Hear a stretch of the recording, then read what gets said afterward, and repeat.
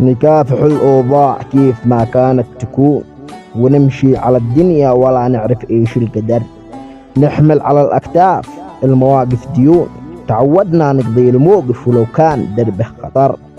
وما نترك الرجال لو ترجع مآوينا السجون، أهم شي نوفي والدين ما منه مفر. وطبعا الرجال في المواقف ما يتراجعون، نرد الفزعة وما نرجع ولو طال السفر. ونقاطع الأنذال ونسحب الطيبون، نديهم للأصدقاء شوكة وجر.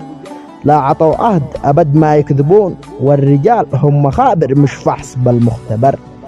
وأهل الطيب لا خوف عليهم ولا هم يحزنون، ما بح عليهم قلق لو كل بحر انفجر. تتوكل على الرحمن دي ما يخيب الظنون، وينصرنا في الأرض برا وبر.